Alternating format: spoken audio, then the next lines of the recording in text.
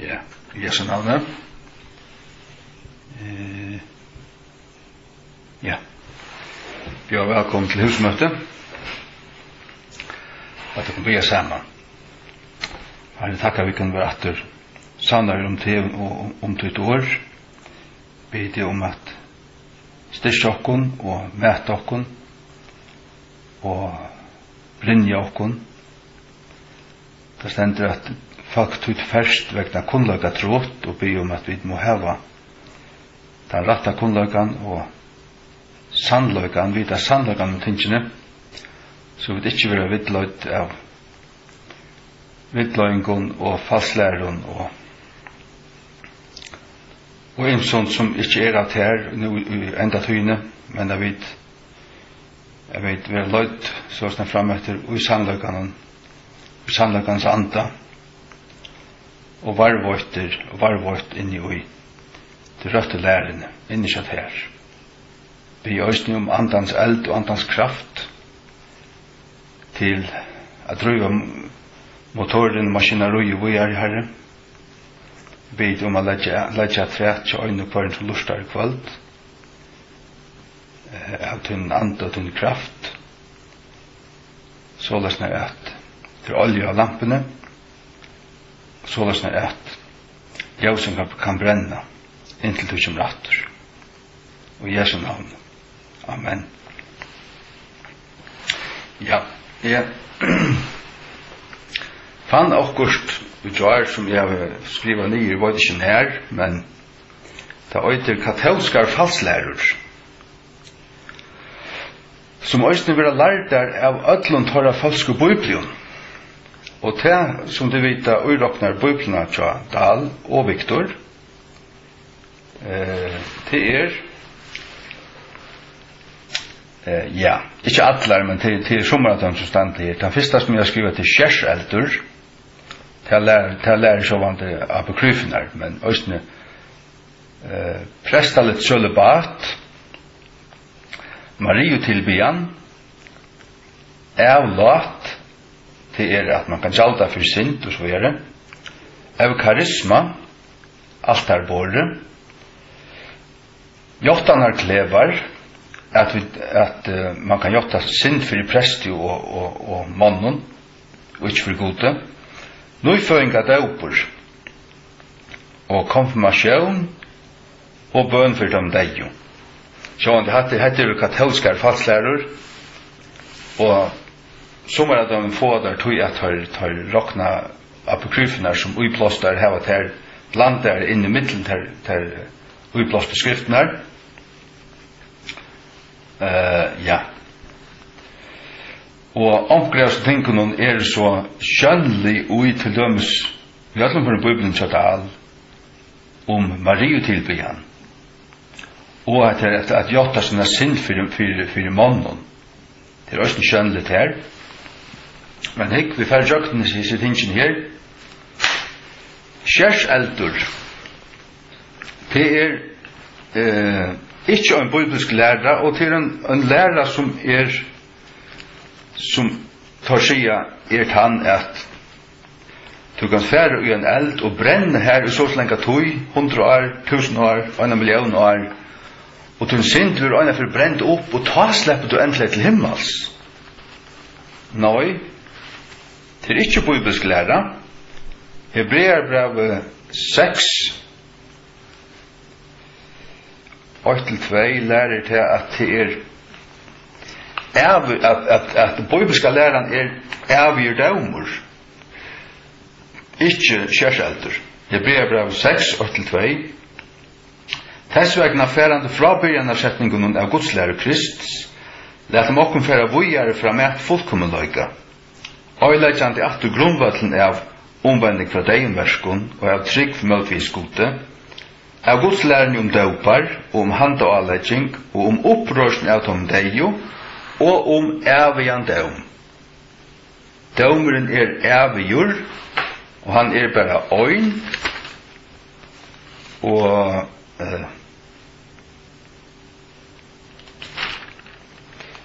ja, Og det stender også i Hebreerbrevet understand at til månen øyne for lea eller atle at dodja, og etter det dømeren. Så du dorsk bare øyne for, så kommer dømeren. Og som vi sier her, etter avgjør dømer. Katolska kyrkjan lærer presta litt sølibat. Skriften avværer til at han tog for å komme her og her som tar for å falla fra trunni og for at læra. Eller for bjøa mannen giftast. 4 Timotheus 4. 8-5. Nå anden talar tøyelige at øyne 17 tøyene skulle sommer færa borste fra trunni. Gjevande gætur etter tølande andun og godslæren av djevlun. Talande ligner ui hykle.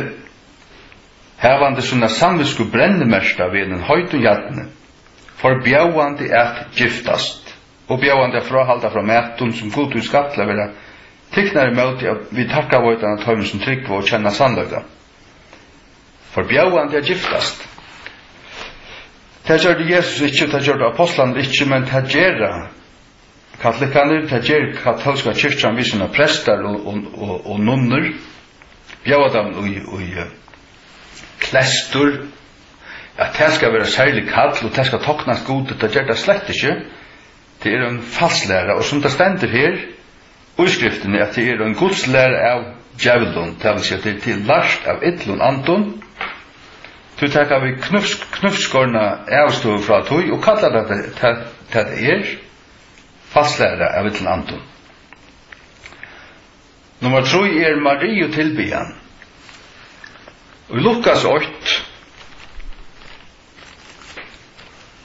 Lukas 8, 28 og 32. Lukas 8, 28.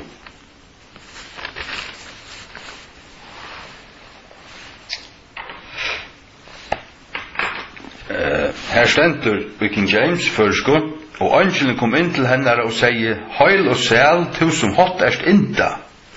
Herren vitt her, valsigna erst tu mittlum kvenna.» Og vers 42. Og malt ut vi herre rødt og sier, «Valsigna erst tu mittlum kvenna, og valsigna avvøkstur maulus tuns.» Det så god signa henne, hun var en signa kvinna, var valgt til at bere i heim Guds son. Men det altså Bibel og katolska Bibler sier så, tog at de prusa og mussa og bea til Marie og alt dette forskjellige. Det altså Bibel sier, og angelen kom inn til henne og sier, «Heil være tu som nai hever finnje. Herren vitt her, tu som erst valsigna av kvinnen.» Det vil si at dette lærer til at kvinner valsigna henne, og at valsigna til at han gerar på å prysa og tilbya. Og til det som det er blivet til i katolisismene, det sier seg bare valsigna Marie, lukka som ble gjort her. Men det er slett ikke det som rette teksten skal sige, og som rette teksten sier. Rette lesjatren at hon var valsigna mellom kvinner. God hei signa henne. Ikke til at kvinner skulle valsigna henne. Slett ikke.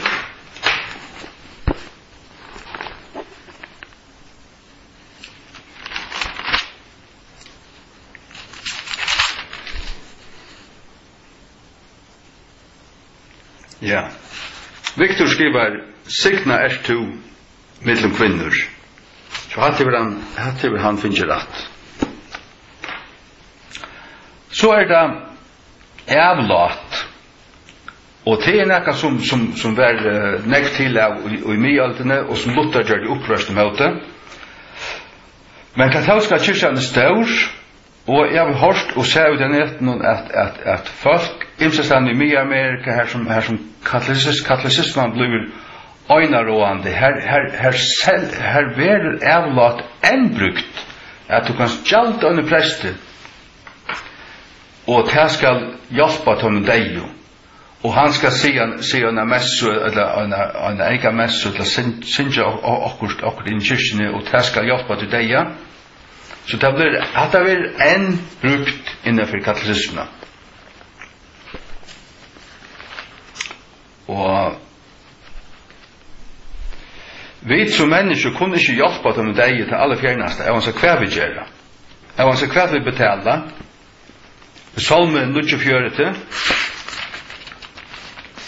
Salmen 94, vers 6-9.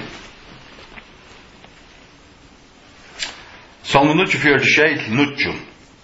Ongen av tøymon kan vi nøkron brøktun endurløysa brauersøyn, etla djeva til gods og et løysegjald fyrir han. Til at endurløysingen av tøra sval dyra bær, og til heldur opp hætt ever. At han skulle enn liva ever og øysutja råd. Det vil si, ongen kan leta til gods og et endurgjald fyrir brauersøyn. Du kan ikke betala fyrir brauersøyn. Men Jesus kunde. Tog jeg som det stendt her, endurløsningen av til sal dyra bær. Det kostar så mykje. Men vi endurløst ved Jesu kvært, hva sier fyrsta Peter 8, dyra bær av laue. Jesu dyra bær av laue hever endurløst okkom. Halleluja. Ja. Så har vi etter gamle dansko her, vi har hon hever apokryfene i middelen testamentene. Og 17. Makabera bøk 12:46 stendur. Hvorfor han gjorde forsoning for de døde, at de døde måtte være forløste fra synden. Og heter en deilig mæver som heter Juda av landa. Og det dundrande fastlæra at en deilig mæver kunne gjøre forsøvning for det deg, at det skulle være løst fra sin synden. Det dundrande, fløytande fastlæra. Tog jeg ikke funnet på at tøyta seg apokryfen her. Hadde du ikke gått så å gjøre.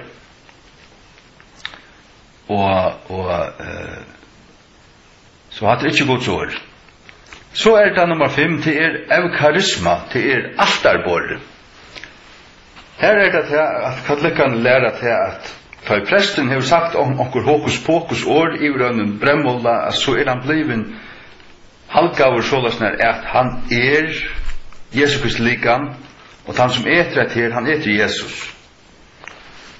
Og det dundrande, fløytande falskt. Vi etter ikke Jesus, vi minnast han. Jesus breie ikke Jesus. Johannes 6:33 sier, «Til at brei Guds han som kommer nyer av himmene, og gjever heimen og liv. Brei Guds han.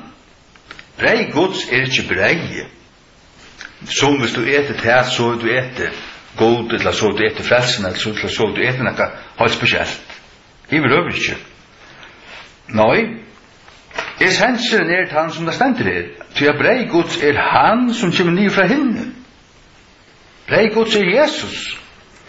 Og breie etter vi til minnes om han, tar vi til å et i han. Men så må vi til å et i han. Forstand gjør det mening. Det essensen ui Herrens bord, som ikke et altarbord. Det ikke noe altarbord. Vi tar 8 altar til altar i himmelen som Jesus uttalte sitt lov av. Annars kommer vi ikke til noe altar til å gjøre. At det alt falskt. 4 Korint 11:24. Lyser røysen i essensen ui Herrens båre. Og da han vårt tøtjer breit han til og sier tætje, ete, hette lika mutt som bråte fyrir tikkun. Gjeri hetta og endurminning og med. Ja. Gjeri hetta og endurminning. Og ta Jesus og Johannes 6 tåsar om at vi må ete hans kjøtt og drekke hans blod, så det til at vi lovtakar i hånden, at det måtte hånden. Og at dette ytra fysiska, det bare en anminning og en lysing av tog innara. Men det ikke magisk, det ikke automatisk ut tog. Og for tog vi da gjørst det idra, så det ikke garanti for tog at det innere virkelig hent. Hvis det ikke virkelig hent, men det virkelig hent, så varst du da. Så har du fri ved god, og så gjort at du tunna trygg av Jesus Kristus fullgjørda versk av Golgata krosset, ikke av en skjatt av vinn og en rund av vaflo. Du trust ikke av det, du trust av Jesus. Og ta i du etter et her og drekker et her som Jesus beger akkom, så det bare til minnes hans versk. Katolikkene her var nekka som de kallar jottanar klevar, eller jottanar klivar. Confessional booths det av enskon.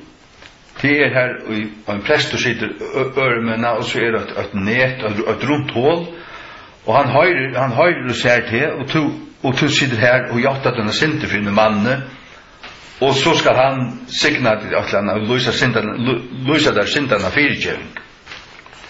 Og det det var ikke veløkende gjerne. Nei, vi gjøtta feiler hver for øren, og vi gjøtta akkurat sint for gode. Jakobs brev 5. Jakobs brev 5. Vers 16. Gjøtta tykker av feiler hver for øren, og bygge hver for øren. Etter med å være grøtter. In virken av å skjemme innelige bønnen av rettvusen manne, megnar mykje. Her sier Berg Dahl og Victor Jott til sinter hver for gjøren. Den etter ikke. Nei, du først til gods vidt hun sint, men hef du feila, hef du stort, eller møgn på at hun brauer, så først til brauer du inn, og ber han fyrt av det som du gjør til hånden. Så det oppklara tikkere mittelen, men sint mittelen til god, du sint mot gode. Men du synd kan involvera til at du gjør det okkur vi en annan, men du må fære til Guds sjálfur med din synd. Victor sa Bibel sier, gjør du synden hver for gjøren. King James sier, confess your faults one to another. Og i Salme 1:4, her sier David såleis,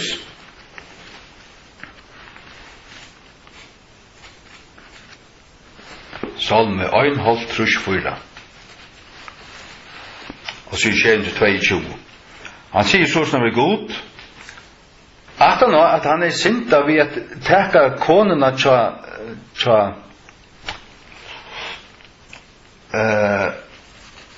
at han tidsi batsjo på, skjønner du? Vi møter ter øynene har vi sinta, og gjør dette ytla uten i aksjon. Han gjør det sånn sint for god, og sier til, vi møter ter har vi sinta. Og han får sinta fyrirgjeving fra gode. Det var ikke det. Sjående. Vi gjør takka sinta fyrir gode. Ikke fyrir mennesker.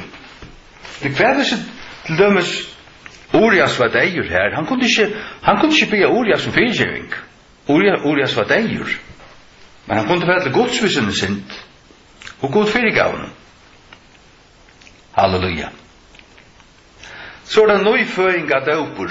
Og til noe som vi takker avstå fire, eller avstå fra, at han og seg selv skal frelse. Du vet.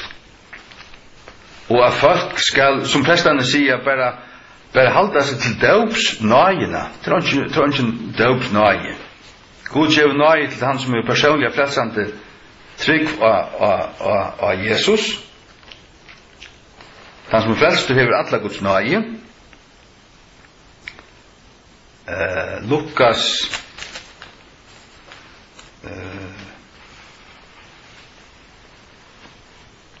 Markus 16:16.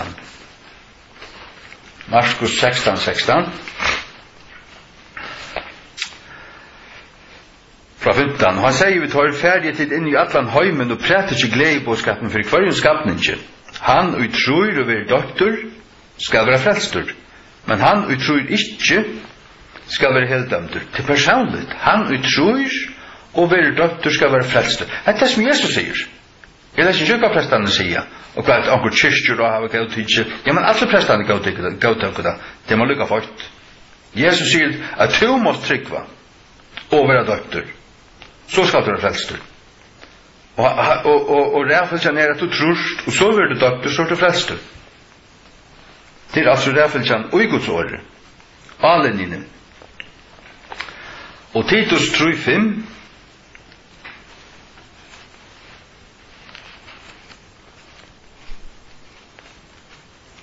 Titus 3:5.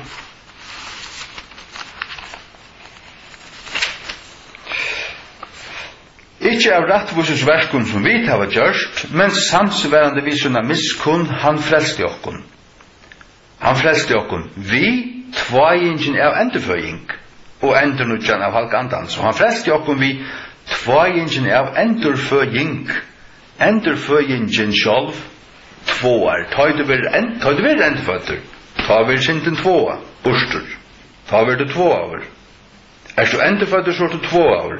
Er du ikke endurføtter, så er du ikke tvåa. Her hatta tvistar Jakob Dahl til å sia. Titus 3:5. Frelste han okkun ikkje fyrir rattfyrar gjerningarna skuld som vita du gjørst, men av miskunnsøyne vi bæje endurføyngar. Han sier det, han kallar det bæ, og tog hoksa du, ja bæje er ta vattni her. Nei, her som han sier bæ, her øyre standa vi tvajingene av endurføying. Det har det vært 2 år og i endurføyingene, av endurføyingene. Det er ikke bæ endurføyngar og endurnutjanar og høyla og anta. Det hatta kunne prestane og ta gjera dørsene, for å si at hikk nu er vattnet endurfødt. Ja, altså, ja, det tann problematikken er en helt annar. Så at jeg kom til at bøtnene tjat om høylav, de er høylav. Stendur i 4 Korintier 14. Kunne vi godt lesa lykka. Så at bøtnene tjat tryggvande folkene, om bare annar tryggvande, så er bøtnene halka av sin tryggvande foreldre. Det er det som skriften lærer. 4 Korintier 14. Til at en vantryggvande ekta mævren er halka av ekta konne, og en vantryggvande ekta konan er halka av ekta mannen. Annars var bøtten tykkere eurøyn, men nu er det høylav. Det vil si at er anna foreldre høylagt, så er bøttene halka av sinnen, av tryggvande. Og han vantryggvande tjonafellen vil òsni halkaur. Altså, og i et avvist mat, innenfor tjonabande. Ikke at han er frelst, og at han er gift i en frelst, men han vil halkaur på en avvist hatt. Og det er òsni, annars var bøtten ekkert eurøyn, men nu er det høylav. Det er så bøtten til høylav, og er høylav. Det er jo ikke bruk for det. Nå er føring av avsletting av en kavatn preste.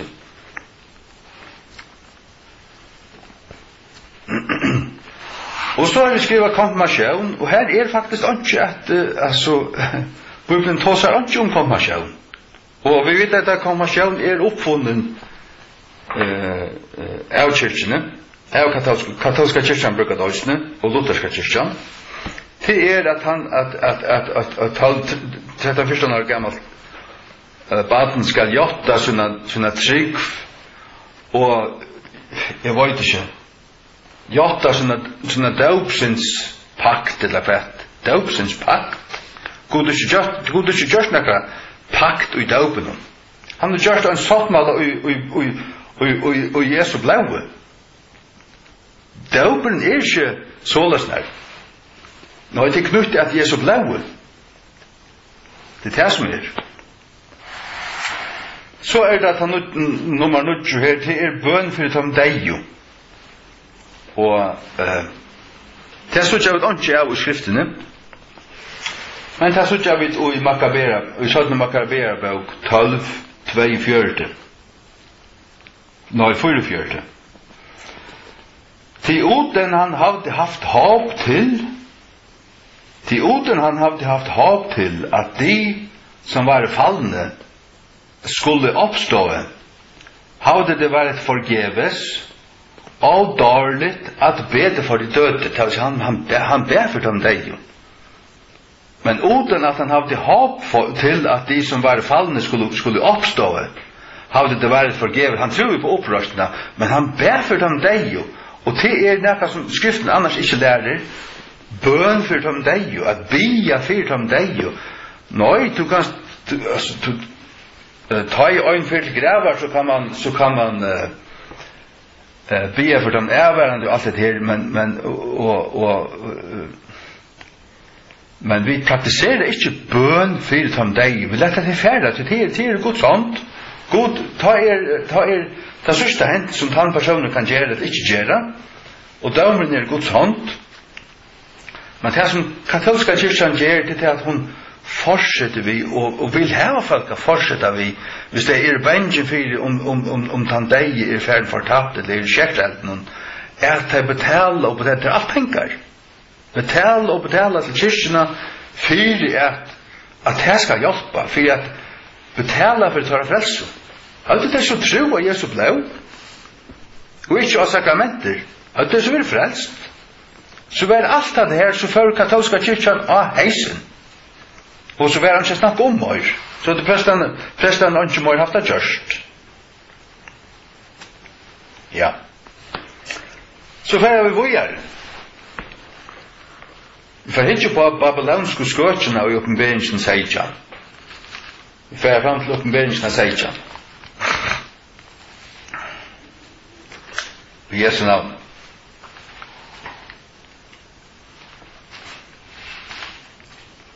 Uppenberingen säger. Vi läser det kapitlet. Och här kom en av de tjej anklon som hade tar tjej skalen och talar vi med sigande vid mig. Kom här och jag syna tar domen av en Miklus skötjo som sitter upp i mångon vattnon. En Miklus skötjo som sitter upp i mångon vattnon. Vi kvar kongar gäraren när det var fram till silöse och uppe kvar gäraren när vårne gjorde druckner vid vojnen av henne silöse. Så han bär med borstur och i andan in i ögonen. Och jag sa en kvinna sitta upp i en skarlags liten djävre fullt och i godsbåtarna növnen havande tjej hödd och tudjohåden. Och kvinnan var skrudd och i pushbur og skarlagslit og dekka vi gudle og dyrabærens døgnum og perlun.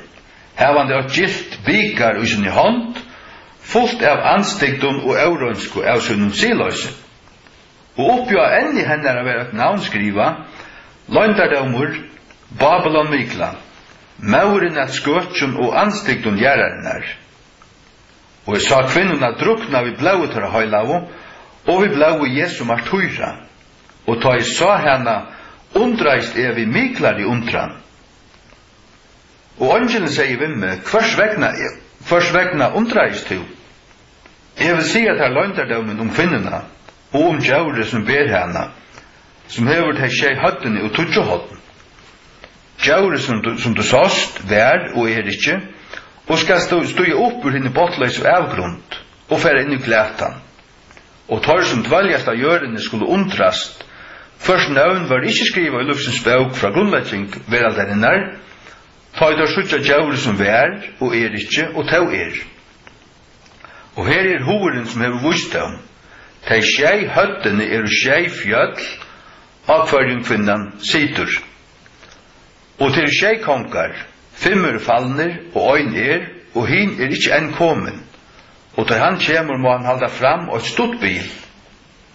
Og djaure som vær og ikkje, enn til han hin 8. og avtam tjei og fer inn i glætan. Og det tudjo hotnene som du sast tudjo konkar, som hava møttidje ontje kongadømme som enn men møttaka mått som konkar, ein tøyma vid djaurenun. Heser hava ein hoa, og skulle djeva djaurenun måttsuin og styrkje. Heser skulle føra krutj vid lampe, og lampe skal vinna ivertøyman, til at han herlig herra og konkur konka, og tar som vi honom kattleir og utvalder og trufaster.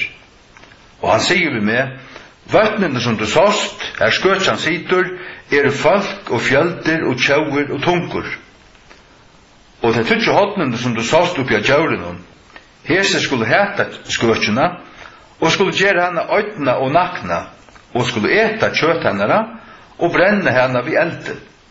Det god til vi lagt ut av gjørst til at oppfylla vilja søyn, og at semjast og gjeva djauren og kongadømme torra, inntil årene så gode skulle være fullført, oppfyllt, Og kvinnan som du såst hesten mykle staveren, som ræver iver kongen gjerrerne.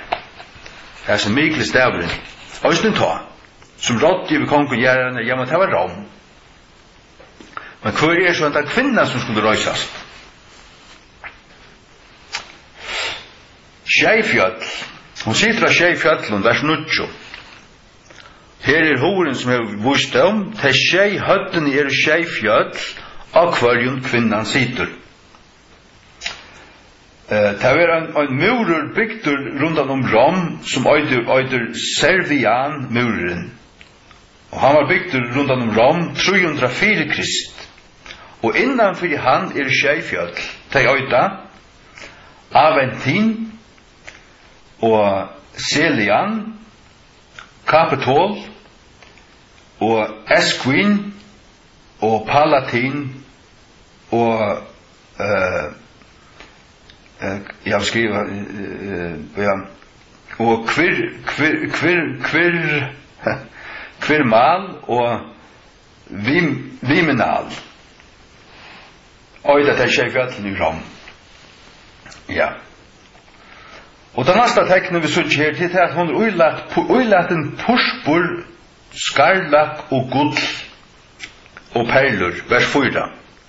Og kvinnan var skrudd i pushbor og skarlaks lit, og dekka vi gullet og døyra bare en støynun og perlun. Ja. Cæsar Jack i pushbor fra 44 etter Krist. Ta Jack en køysare fyrir fyrste fyr og en særlig pushbor-buna, og det blei til tradisjon at det for å gjøre det. Og det var som tekjen kongelig løyga, og han er et gull krujusband økslene. Og så har han også imist skarlak av seg. Så han gikk ta i pushbor, skarlak og gullet. Katolske prestaskaperen byrja jo på hetta og i 500 etter Krist. Jeg gengge i pushbor, og ta brukte skarlak og gull. Bune pavans var ofta pushbor og skarlak og gull, kronande gull, og tar ofta i pushbor og gull. Og tar det sart kardinalarna og biskoparna allar saman, så du kardinalarna i pushbor og biskoparna i skarlak. Til at det liten i tjatan. Og tar genga vi gullkrossen og hava gull, alt gull, og klæin i pushbor og skarlak. Nummer 3. Hon kallast Mauer i vers 5. Og oppja enn i henne er vært navnskriva Londardømur, Babylon-vikla, Maueren et skøtjen og anstekten gjerrarinnar. Så eit av henne etkjennom at hun Mauer. Og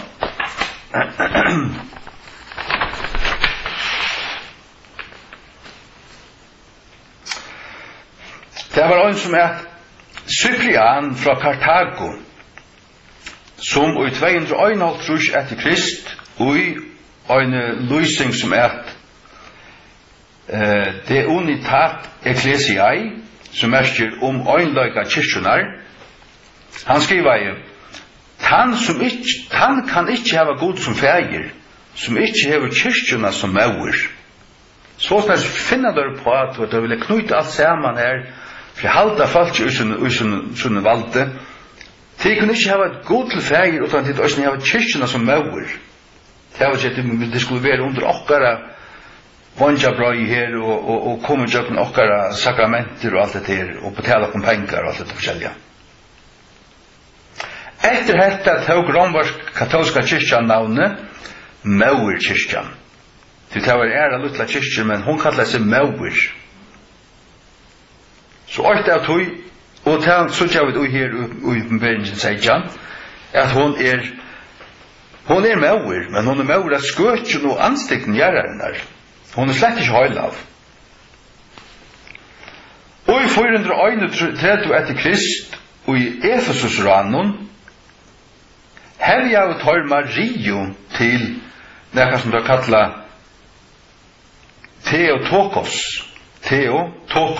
som føar Guds, eller mauer Guds. Så Maria, hun fødte Jesus, men hun fødte ikke Gud. Hun fødte menneskesonen, til menneskesonen kom, men Gud ble ikke fødder. Gud kom til gjerder. Det vil si at Gud ble ikke til. Men tar hos om henne som mauer Guds. Og at gjerast katolikker kallast ofta at komme heim til Mauer-kyrkjena, til det som tar kallar det, komme heim til Mauer-kyrkjena, eller at komme heim til Mario, sier det røysene. Heim til Mario. Og sagt du, katolska Maria slett ikke Maria. Han den her himmeldrottningen sa dem, det ikke Maria. Maria stendt ikke modell til at det er. Det som at det til Semiramis. Og det himmeldrottningen som jødene tilbød i Gamla Testamentet, og Jeremia 6, og tar ofre av køker og annet til himmeldrottningene. Og her i oppenberingen i 18 sitter når stendur her kvinnerne her i skøtjene. Hun sier her, kapitel 18 vers 6, jeg sitter i en drottning, i åndja og skal ikke styrke sorg. Hun sier seg sitter her som en drottning. Den kvinnan også en drottning. Hvis vi færer til Jeremia 6 og 18,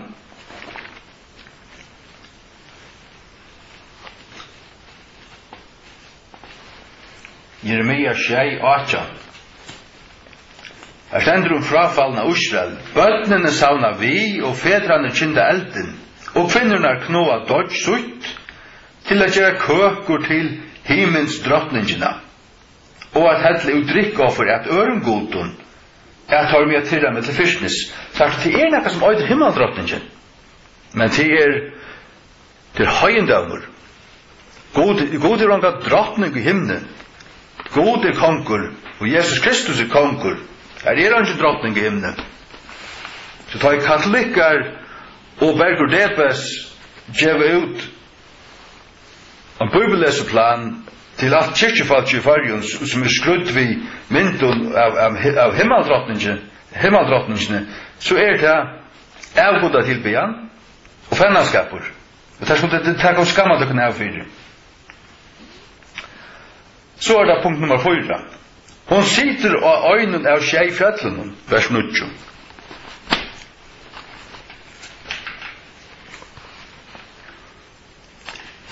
De Skeihøtten Skeifjall, av hverjum kvinnan sitter. Det vil si, hun sitter i Rom, og hun sitter av øynen av de Skeifjallenen. Vatikanfjallet, alltså det något som heter the Vatican Hill, alltså men vi kan kalla det en höll eller en häckor. Vatikanfjallet inte ett av de tjej fjällen, men i 313 gav Konstantin Lateranslottet av Selianfjallet till romerska biskopen. Han gav Lateranslottet til som stedsett av Selianfjallet til romerska biskopen, og det gjørtes kyrkjelige ståler pavans, og til enn det. Det vil si at Vatikanet selv stender ikke av øynene av de skjefjallene til et annet fjall, men kyrkjelige ståleren og maktsentret av pavan til dette slottet, the Lateran, Lateranslottet, og det av øynene av honom Tjejfjallon Roms, så hon sitter verkligen av tog. Til her henne sätter enn i det. Nummer 5, hon drukken vid blået til høylav. Uppenberingen 16:6. Og jeg så kvinnorna drukna vid blået til høylav, og vid blået Jesu martyra. Og ta jeg sa henne, undreist vi miklar i undran. Da kvinnan drukken vid blået til høylav, og vid blået Jesu martyra, ta så hon dripe Jesu Kristi samvittner, og hon drukken, at ta så flyter her, vid blået Jesu martyra. Og til sannhet, så han sier det. Og i 1144 var en synota som Verona-synotan, og her ble det lust at du kanst brenna kettarar av balen. Ta bygja i det. At kjente kyrkjan en mann som kettara, dømte til kettara, så kunne ta brenna av balen. Og i 1215, av fjorda Lateran Ranun, her bygger det nekka som det kallar inkvisisjonen. Og det fortsetter så høyt fram til 1800-tallet. At det tog folk i ratten, spurte spurningar, og var det nekka som tog ikke domte, så ble det torturera og dripen. Og hon er torturera og dripe alt fra 20 til 50 millioner, så du sier han alltid, og i navnet Pavans, og navnen av Marie Godinnene og eukaristiske vaflene. Hon er maktsjuk og drukken vi blået har høylau og Jesu martyra. Vi leser Uppenberingen 18:24. Og i henne var funnet blåi av profeten og av høylaven og av öllum som var vien oppi av hjørene, ja. Av öllum som var vien oppi av hjørene. Og i henne fanns tøynbyrdamt. Du egentlig sitter katolska kyrkjan, hon sitter av ståle Caesars, hon har bare arvat her, og sett seg av ståle Caesars, og kan man si at Caesar Nero var den første som da kjente som antikrist, og til onker av hans titlen som også gjeva 606 trus, da det plusset der opp. Men hekker du på Pavakirkene, så er det jo fullt av titlen som katolska kyrkjan gjeva Pavan, og som hun gjeva seg sjálvar, som også plusset opp til 606 trus. Punkt nummer 6. Sen staveren han rujtjer iver kongen gjeraren her. Han staveren som håran sitter av, skøtjan. Ja, det en bøyer. Uppenberingen 16:18. Og kvinnan som du såst her som mikli staveren, som ræver iver kongen gjeraren her. Det har vi sett til Rom. Det vurst Rom. Ræver iver kongen gjeraren her. Unum sanctum fra 1302 var en løsning som en pave som heter Bonifas 8. kom vi han kom vi og en lærer til å kalla ex cathedra, og til ex cathedra til det som paven taler fra den av sin ståle, det vil skriva nye som dogma, og her kommer vi en lærer om de tvei svørene. Og det sier det være at katolska kyrkjan hever det andlige svøre og det jæriska svøre. Og de svørene jo altså makter, da.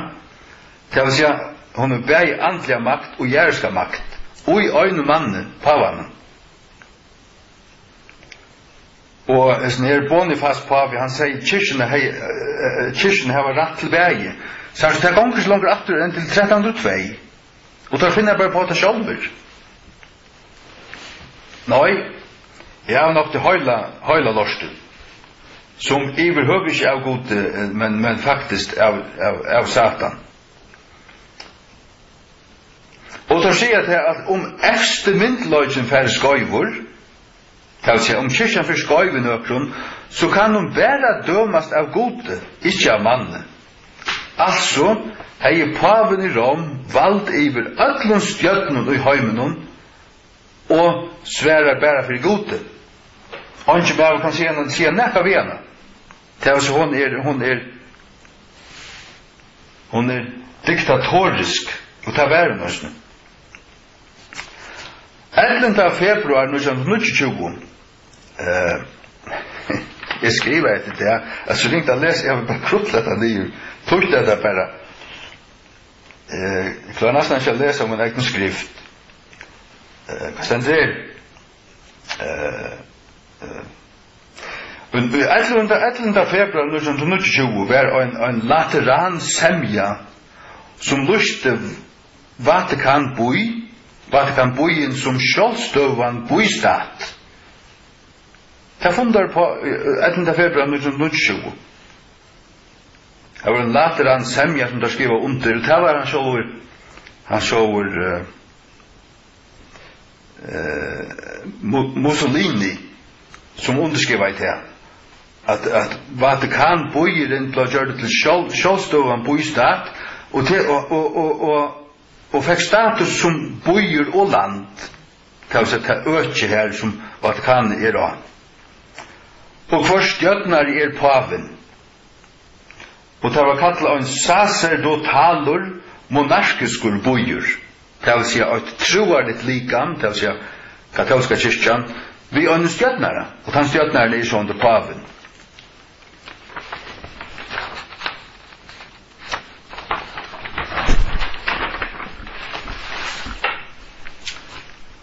Så at så igjen 1929 så kommer stjärnare og konkar av privat møte vid pavan. Da var innkallade og byttene komme her og Vatikanen hever sånne sendiherrar til flest et land. Altså Vatikanen en byer og en stater og et land, et lite land. Her I paven konkur. Og om en stjärn ikke taknar paven, så kan paven bya katolikkene ut I landet ikke at akta til stjärnene. Sagt du. Tog at torrare lojaliteter og solidariteter først og fremst til Vatikanen og paven. Det vil si at en stjärnare ikke undergiven paven, så kan paven gjøre sånne prester og ta få folk til at ikke at akta stjøtnene. Tøy vira stjøtner størsta troarbalk I heime. Romerske imperiet sette kongar fra tar ikke tokna av tøymen. Til fløyferne hent oppsøkken tøyene.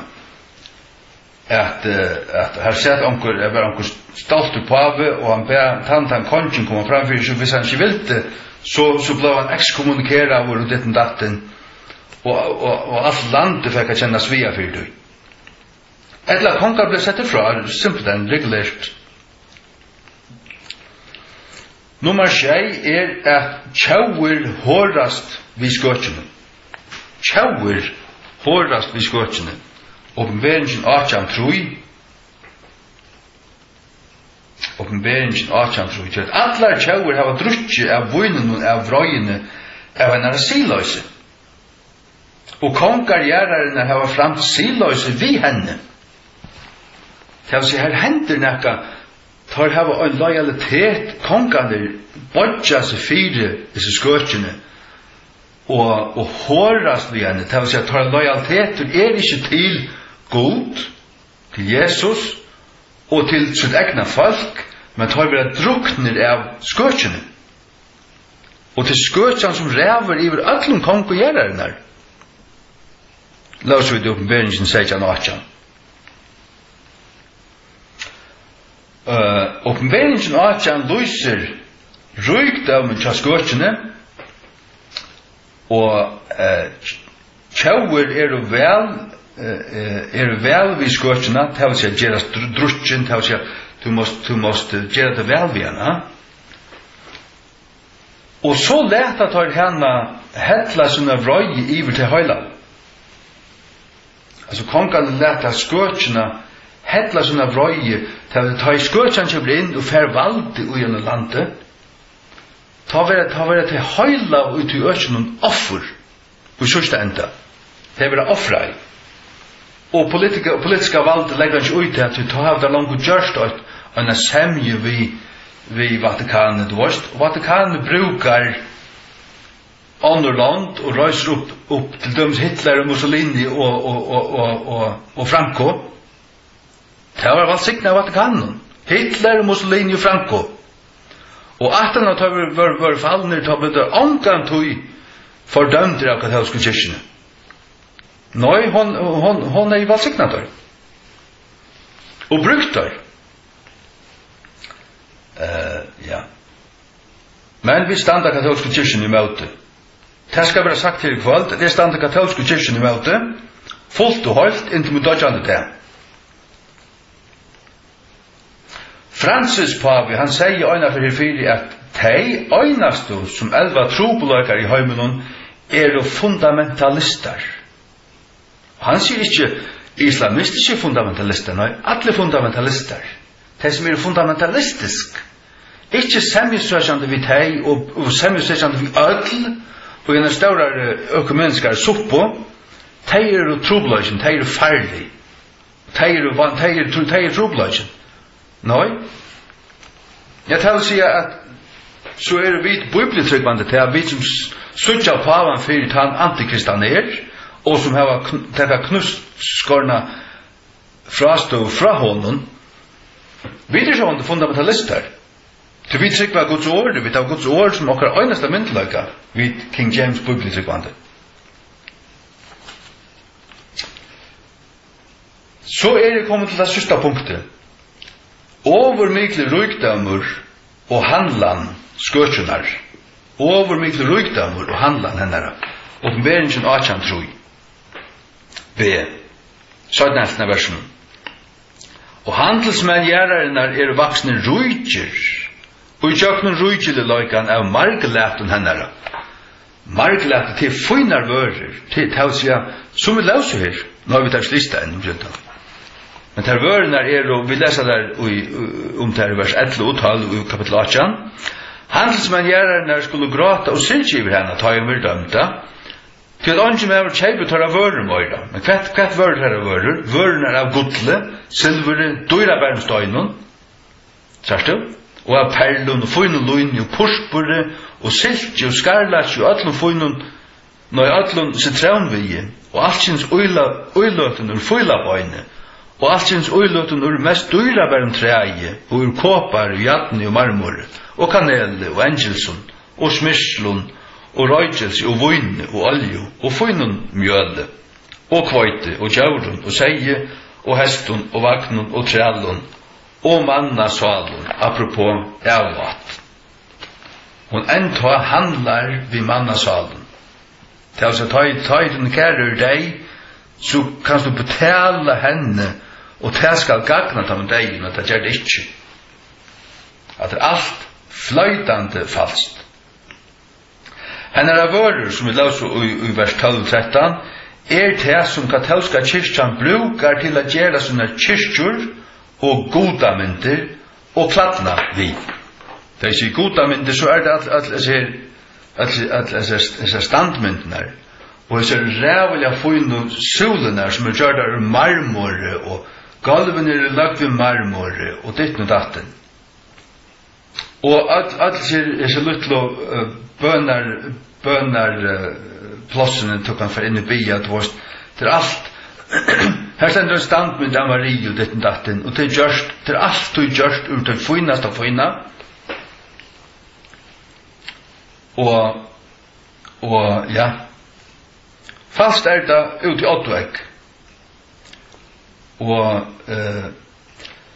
troarlige katolska vører til dømes krusifixer, godamynter, at det er òsne ikoner, og bønarbeder, og så videre.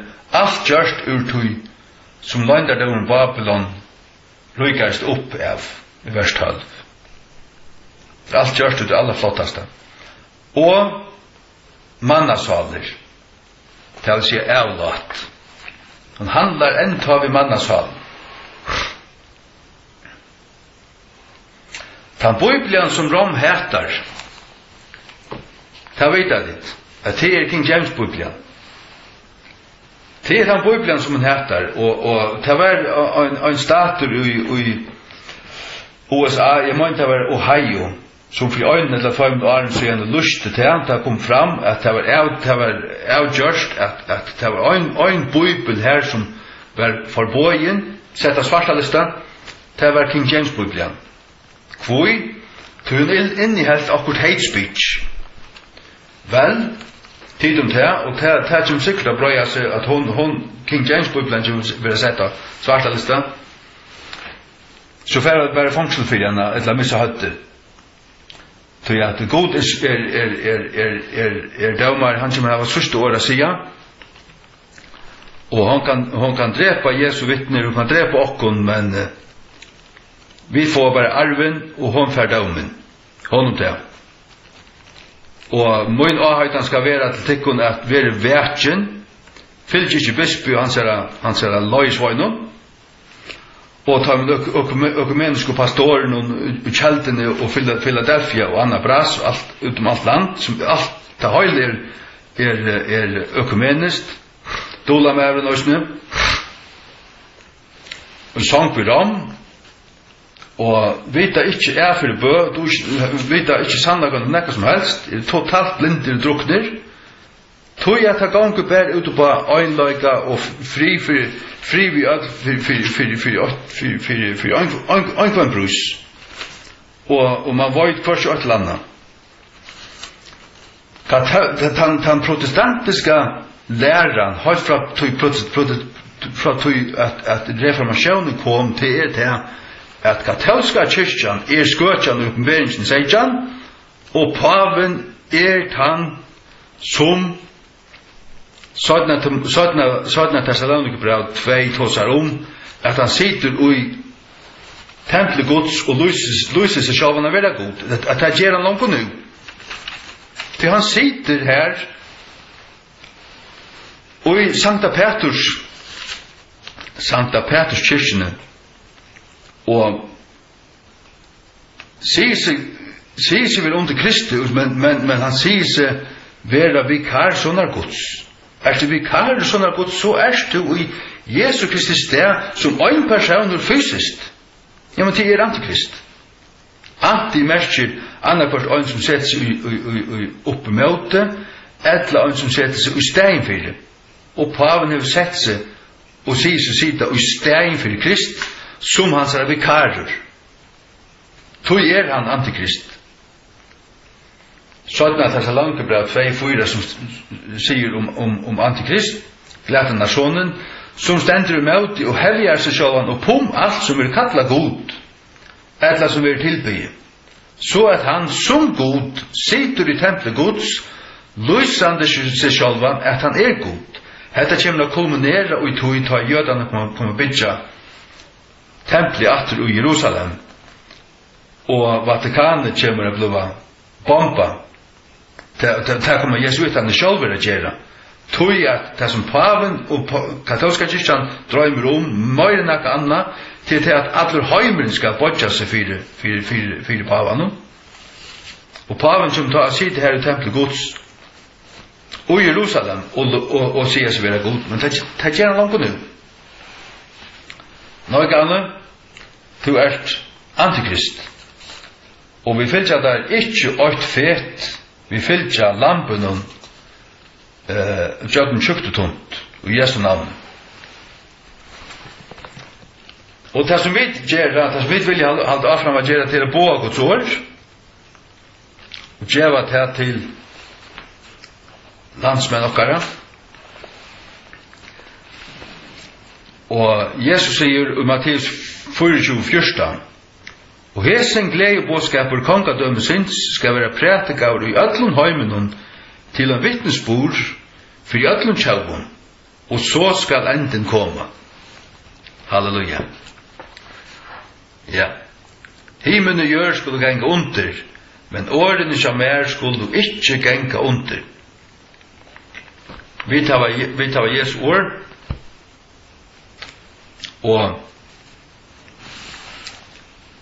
Jeg stand her at til ein god og ein mittelgång og mævur.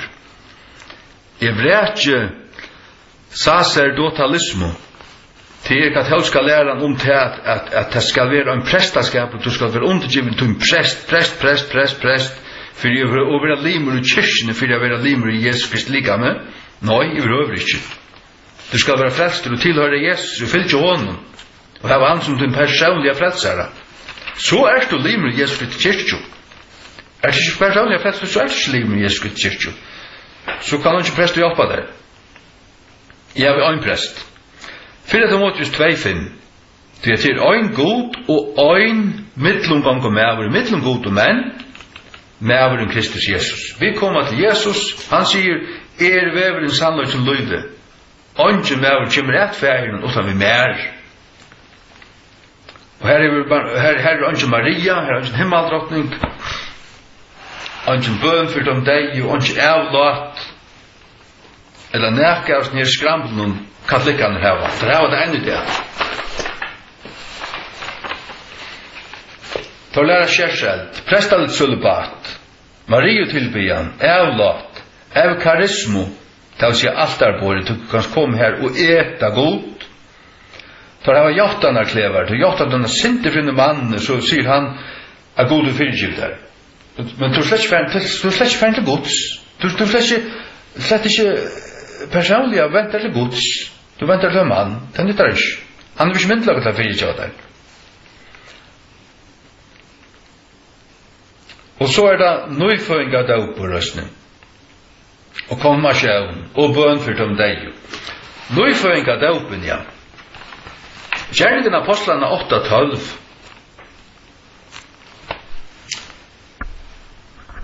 Gjerningen av apostlene 8:12.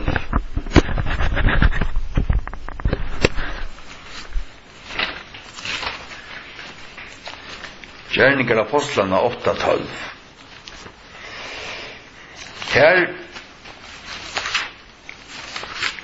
sagst du, Jesus sier, let lutte bøtten komme til mine foretar, men ikke til slukra kongadømme gods. Og til sier presteren vera, vi skulle bære bøtten til Jesus og døyba deg og alt det. Men angastende i skriften sagst du til, svart på kvult, at nøyføringar bliv døkter. Men her i Gjerningen av apostlene 8 stendur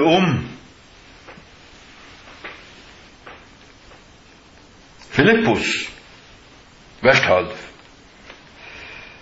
Sagt du, det stendur Samario. Samaria er et økt land og dvorst. Her er brukt fullt av folk, og det stendur at alt folk her gav noen gater. Vi leser fra vers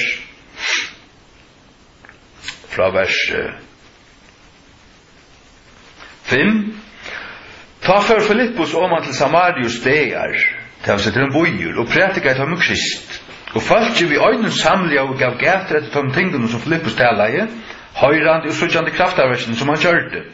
Til øvrande andar, råpant vi herrar rødt, kom ut ur mongon, som var hele tiden vitthøymen. Og mong, tiden vi lamningen, og som var lammen, var grøtt. Og det var mye frøy ut i stegen. Så stender som ganda kall og alt det her. Vers 12. Men ta i tro og Filippus, prætikande tingene vi bøysande kongadømme gods, og navnet Jesu Krist, var det dødt. Begge menn og kvinner. Begge menn og kvinner var det dødt. Og det er ikke bød. Altså han prætikant for en halv bøy her, og alt folk gav noen gater her, ta det så undrende. Og det gav en adfær, vers 11.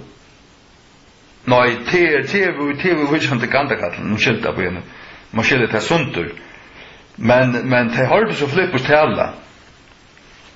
Og det tro honom ta, og ta vore det døpt. Og her stender altså begge menn og kvinner. Og for til vers 5, så stender det Filippus for om han til Samarius deir, og prætikar til om Krist. Han prætikar for öllun her. Öllun bøynun. Og nekv tro, og var døpt begge menn og kvinner. Hvor stender ikke bød?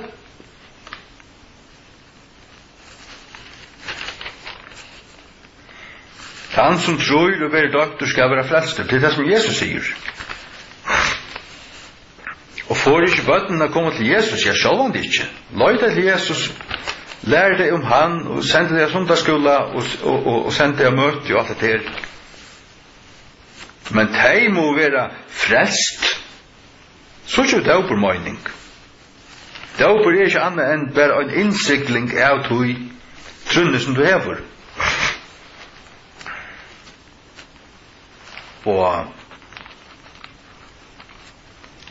ja, det er ikke en bøn om gav av samvetsko, men det er et attersvær fra en røynare samvetsko. Sikkert til løy. Det har vi finnet rett til først King James høysen til. Det er suttja vidt ui hver er det på, ja? Det finner vi det finner vi ui fyrra Peter 3:20 fyrra Peter 3:20 og 313 ja vers 21 hin luika mynd vi kvært enn ta daupur òsne nu frelser okkon men du skal tøya det rett ikke borstertøkan av euranske kjøtsins, men attersvære av øyne gauar samvisko møtvis gode. Daupuren attersvære, ta du erst bliven frelstur og hever øyne samvisko møtvis gode, ta døybudu det, og daupuren et attersvære. Daupuren ikke annet enn til at til idre tekjen om det som du hever møttis og hjertan at Jesus nu din frelseren. Og det ikke borstertøkan av euranske kjøtt. Dauperen selv ikke borstertøkan av euranske kjøtsins. Nei, vi trykker på Jesus Kristi blå som rannsana middelen, men dauperen attersvære. Av en ikke var samvisko, møtvis gode. Det vil si at samviskan til langt rannsa, og dauperen bare et attersvære. Les King James.